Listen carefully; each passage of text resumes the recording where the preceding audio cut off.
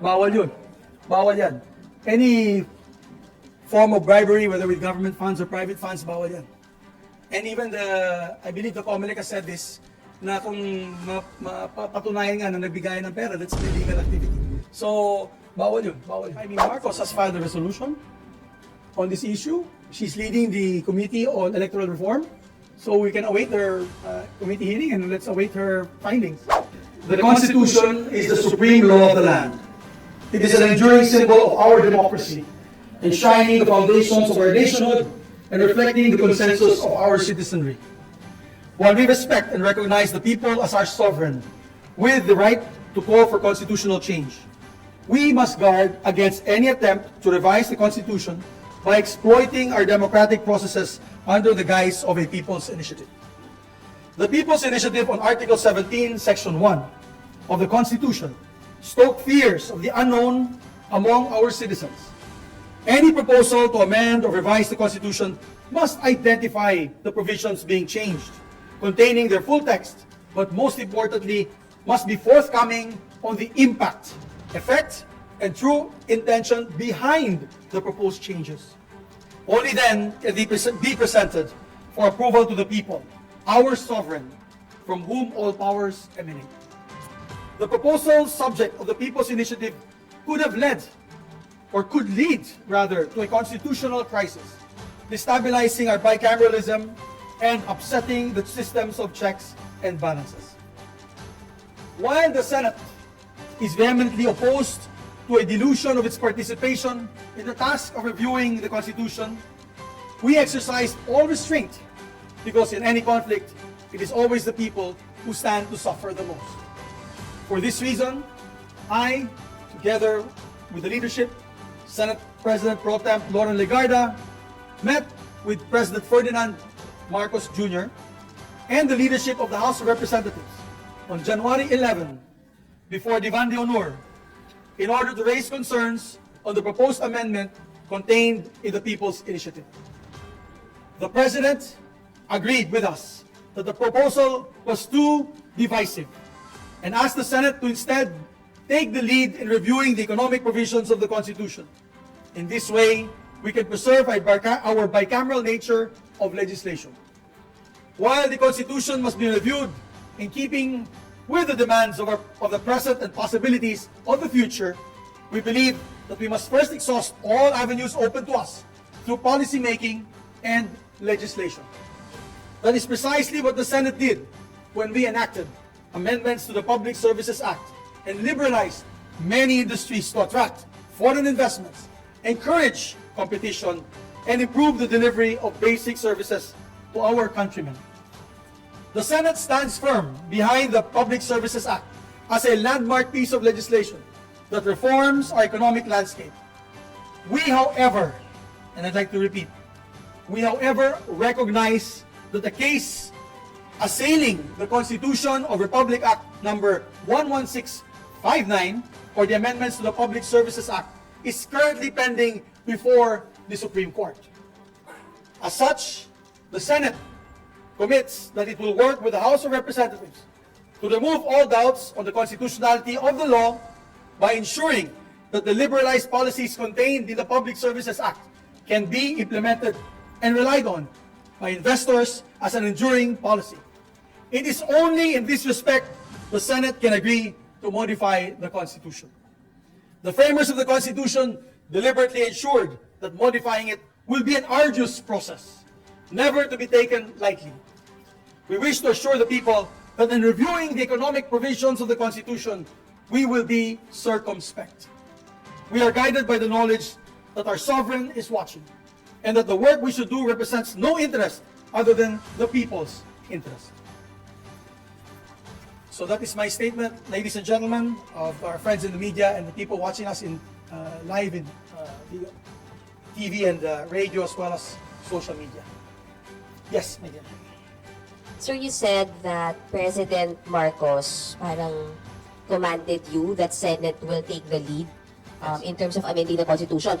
But mas gusto niyo policy making, so Public Services Act. But by any chance, does that mean, sir, that you will be, the Senate is more open to shorter change this time around since may order na kayo from the President? Ganito kasi yan, the complaints of some of the investors. The question first asked is, do we need to amend the Constitution? Right? So now, we feel in the Senate that after passing the Public Services Act, hindi na po kailangan amendahan yung ating provision when it comes to economic amendments. Unfortunately, may pending case sa Supreme Court, marami po nag-file. So anong nangyayari daw, maraming natatakot pumasok sa bansa dahil maski na meron na po tayong batas, wala po TRO, but what if after 1 or 2 years, the Supreme Court declares it unconstitutional? And once the Supreme Court declares it unconstitutional, paano daw nila babalik sa 60-40 yung kanilang mga investments? So, may rason. No? May mga mabibigat din na rason. And that's why we are open with the leadership of the Senate. We had several meetings with the senators after. We are open to discussions on the amendment of the Constitution on these particular provisions. But we're going to do it separately, voting separately. And that is why we have prepared a resolution now signed by myself, Senator Lauren Legarda, and Senator Sani Angara, on the economic provisions, amendments of the economic provisions of the Constitution. So with this, we had asked the majority members had asked Senator Sani Angara to lead a subcommittee on the Committee on Constitutional Amendments to tackle this particular issue. We chose Senator Sani Angara kasi kailangan talaga natin dito ay abogado. So, with due respect, hindi ko pa nakakausap si Senator Robin Padilla. He's still abroad. But when he comes back, kakausapin po namin siya at magre-request po kami na kung pwede. Para dito sa usapin na ito, we will ask a creation of a subcommittee for this purpose. So, just to make a long story short, we had a meeting, the chain of events that had happened. So, nag-meeting po tayo, nakipag-meeting po ako kay Presidente noong Tuesday. And I raised the alarm about the People's Initiative. He was very gracious enough to meet with me, and we discussed how we can diffuse the situation. In fairness to the President, hindi niya po alam yung People's Initiative language was to diminish the powers of the Senate. And after that, he asked me to meet with the Speaker. We met with the Speaker. I met with him on Tuesday evening, after which we had lively and vigorous debate on the issue. And we all decided to meet with the President once again at 3 p.m. in Malacanang last Thursday.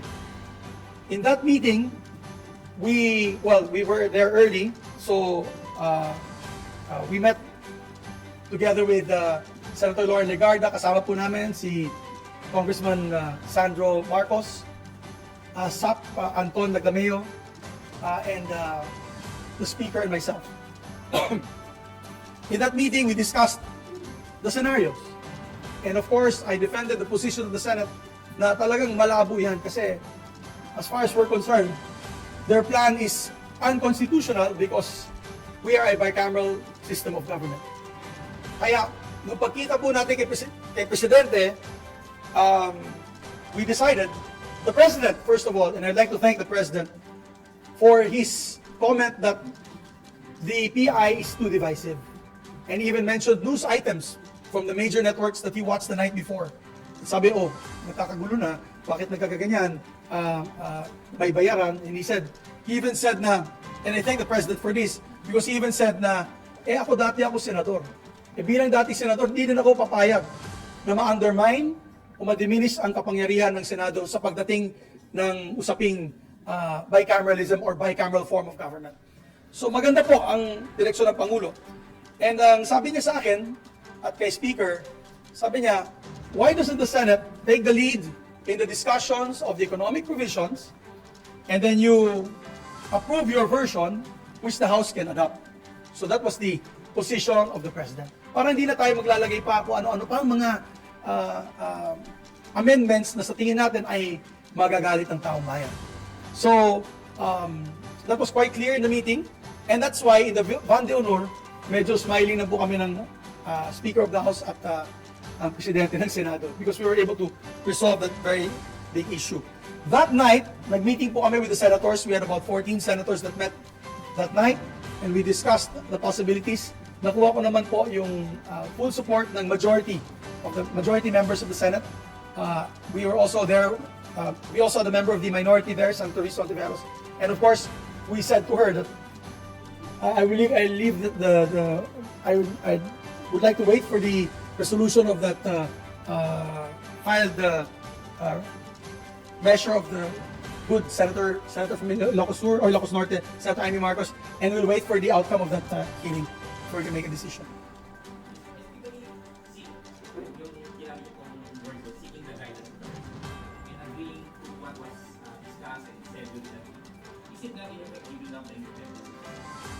Well, first of all, alam mo naman, I personally am allied with the President, so I seek guidance on these particular divisive issues with him. He doesn't get involved with the dealings of the House and of the Senate. Never siya talagang nakikialam sa atin dito. But when it comes to these positions, for example, yung MUP, di ba? Nagkakaroon ng agam-agam at galit ang mga members of the armed forces and of course the retired members of the armed forces. We had to seek also the proposals and the I'd say the President's feelings on this particular issue kasi syempre executive siya eh. Kung nagkakagulo, di sila ang nagkakagulo dun. So I mean, it's normal to seek the guidance of the President on certain issues. Sir? Of course, what we're trying to avoid is a constitutional crisis. Naalala ko kasi membro ako ng Kongreso noong 2004, 2005, mainit ang usapin ng charter change noon, nung panahon ni Speaker Joe De Venecia and Senate President Frank Drilon. I clearly remembered that because of that fight, di nag-uusap yung dalawa. Di talaga nag-uusap ng dalawa. Nang-iinsultuhan sila sa TV at dahil dyan, apektado yung legislation. I know because naipit yung aking local legislation. Walang nailabas na local bills ko at halos lahat walang nailabas na local bills. We don't want that to happen, guys, because that's going to be bad for the country and for the people. I'm trying to avoid that. In my 23 years already political experience in governance, that's the last thing that you want to happen dahil ang kawawa dyan ang taong bayan. Sir, Comrade Chair Garcia said that they will be needing at least 13 billion pesos for the plebiscite doon sa ratification ng any provision of the Constitution. Do you think it is prudent for the government to spend such amount na in the end, wala hong katiyakan na magkaroon ba ng ratification? And second, sabi po ng COMELEC parang napaka-additional burden na po sa kanila considering they are preparing for the 2025 midterm elections. Thank you po. Well, sa economic provisions lang ito, partner. I just want to limit it to the economic provisions. I think 12 or 13 billion for a plebiscite, pero makuha natin yung 1.1 trillion na pledges, parang cost-benefit yan. Mas mataas para sa atin. Diba? Kung talagang papasok, kung maayos natin yung gusto dyan sa Supreme Court, particularly on the issue on Public Services Act with an amendment of the Constitution, at papasok yung 1.1 trillion pledges na binanggit ng DTI, highest in 56 years yung pledges na ito, ay sa tingin ko, makakabawi din tayo in terms of income for the country and of course, hindi tayo dehado. So, that's my position on that particular issue. On the budget. So, pero yun nga, kung wala tayong budget, we'll have to wait the preceding year for that. Diba? We'll have to wait for the preceding year kung walang budget yung COMELEC. So, what's important is we do our job. I believe that or pwede rin sabay sa national elections. Di ba sa elections ng United States, meron silang rider questions? Do you agree on gay marriages? Yes or no? Do you agree in legalization of marijuana? Yes or no? Di ba are you open for legal abortion? Yes or no? Yan yung sa US eh. So, habang binoboto nila yung kanilang congressman, kanilang senator, may rider question doon, yun na yun. So, it's a possibility na pwedeng isabay sa national elections din ito. So, para walang gastos. Sir, Yes, ma'am. bakit po Sure. sa tingin nyo gusto ng PIRMA or some other groups na madilute ang boto ng mga senators? I can only, your guess is as good as mine. Your guess is as good as mine. Siyempre, alam mo yung nakakatakot dyan is the entering the unknown, di ba? Siyempre kung tao ka, ayaw mo pumasok sa isang kwartong madilim. Kasi hindi nyo nakikita anong nangyayari, anong nasa likod ditong kadiliman na ito. It's jumping into the abyss. Yung mga tao natatakot tumalon doon sa dagat, sa gitna ng dagat, dahil Hindi natin alam kung anong makikita natin doon sa ilalim ng dagat, diba? So, it is the great unknown that the people are afraid of. That's why we are going to prevent that by coming up with these specific discussions on specific economic amendments. And para alam ng tao, ito lang pinag-uusapan natin. Wala, hindi kayo mabubulaga. At we will be transparent.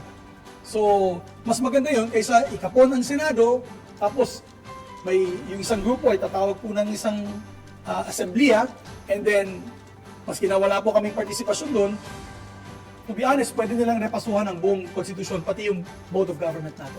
Pwede palitan yung gobyerno natin, pwede palitan lahat. So, that is the unknown, the great unknown na natatakot po ang taong bayan dyan. Ayaw po ng taong bayan yan. Gusto nila malaman ano ba ang mga specific amendments para sa ganun, pwede nilang pag-aralan yung mga amendments yan kung yan ba ay mapapaganda ang ating pamahalaan o pamamalakay ng ating gobyerno. Pamamalakad ng ating gobyerno. Yan. Bisaya ako kaya nahirapan. Mas gwapo na mag-bisdak, mag-Bisaya na lang ko din. Nalisod ko sa Tinagalog. Okay. Yes, ma'am.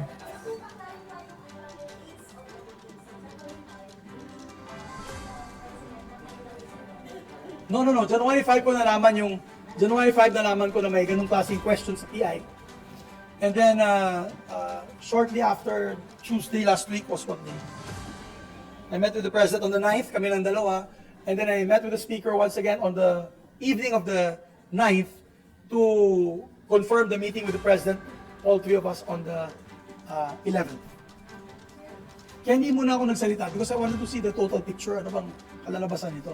So I held my guns muna, tahimik muna ako until we found a solution to this coming problem. Now, if it is resolved, I do not know, the Speaker will have to answer that question.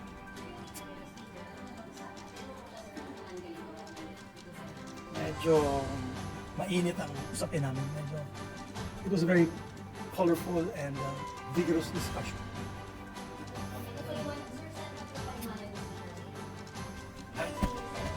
Siya na lang kausapin mo.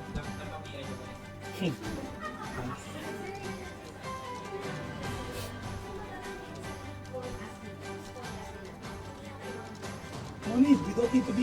We don't need to. There's no specific instruction on the Constitution. We can meet separately for that. We'll ask Sunny Angara to come up with a very acceptable name for it. Mas magaling yan sa pagdating sa terminology. Si Senator Angara. Hindi ko pa siya nakakausap, pero ang problema kasi sa aking kaibigan na si Senator Padilla is focused more on the political Diba? Is focused more on the political. Pagka gano'n, magkakagulo talaga dito. Hindi tayo uunsad. With due respect to my dear colleague, Senator Padilla. Kasi kung change of government ka agad, wala na talagang pag-usapan dito. Magkakagulo na. So, I'm appealing to him and I'll appeal to him that we'll allow a subcommittee on this purpose. If not, then we'll call for committee of the whole. If kung hindi pumayag si Senator Padilla, then we can come up with a committee on the whole and ask Senator Angara to lead. But eventually, magko-committee on the whole din kami because we have to vote. Wala committee on the whole. We will have kasi ilan lang member ng committee on constitutional amendments So, definitely, ang mangyayari dyan, baka mag-request yung mga members na mag-committee on the whole. But whatever it may be, it's the Senator Angara, we asked Senator Angara to take the lead in this. And he gladly accepted. No, ang members. It was agreed upon Thursday night. Subcommittee on constitutional amendments on these particular economic provisions. So, chairman pa rin si Senator Padilla, of course, Robin Hood. But we request that after our Thursday meeting na we decided, importante, pati ako, I cannot, to be honest with you, usaping legal ito. Hindi naman ako batikang lawyer, hindi naman ako abogado. Kung sa Bisaya, murag abogado lang. Parang abogado lang magsalita. Pero ang importante dyan, ang mag-preside dito ay isang legal luminary that knows the impacts of this type of amendments to the other provisions of the Constitution and of course, on how government is run. So, it's important that we have a legal luminary heading that particular subcommittee.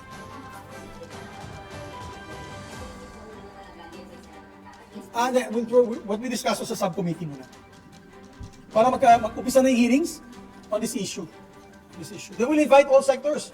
We will also invite yung pirma. We'll also invite former constitutionalists, former members of the constitutional conventions and the constitutionalists. We'll invite all sectors. We'll invite the business sector para marinig din ninyo yung complaints ng business sector na hindi nga sila makakapasok ng investments hanggang hindi desisyonan ng Supreme Court itong issue ng PSA.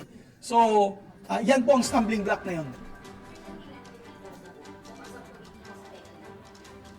Plenary, 3/4 vote plenary.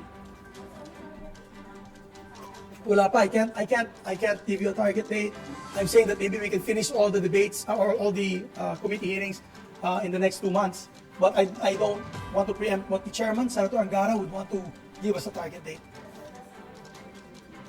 Baka, I think he will probably start this month.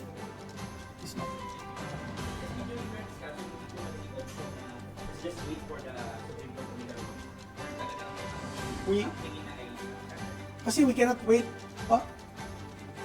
It's a separate branch of government. Hindi naman natin sila ma-joke na pag-usapan ninyo ang PSA agad-agad. So, I don't want naman to be presumptuous to tell any one of the members of the Supreme Court to hurry this issue up. So, we don't know. It can be between 1 year to 3 years from now. But at that time, nakabinbin natin ng investments na ito. If we can move forward with these particular economic provisions, I think it will be the best for the country. So, we'll see. We're not allowed to, my secretary is here, he's a lawyer. We're not allowed to, how do you say this? Influence the court. We're not, right? I have lawyers here. 1, 2, 3. They're nodding at me. We're not allowed to even mention na, bilisan nyo. Hindi pwede namin sabihin. Baka ma-citing content ako.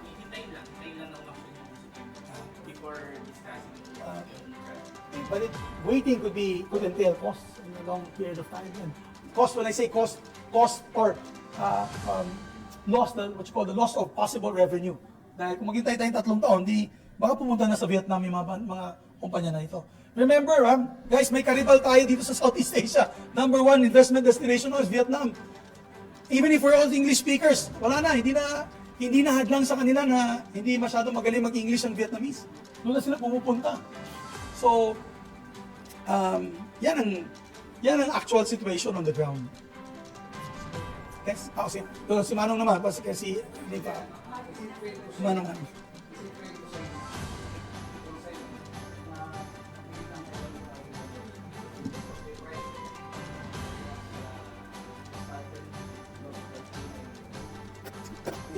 Hindi naman napilitan. I would not say napilitan. We just saw the practicality of, because of the discussions that we had this last week, na hindi talaga umuunsad yung mga pledges dahil nga hinihintay nila yung Supreme Court action na ng Public Services Act.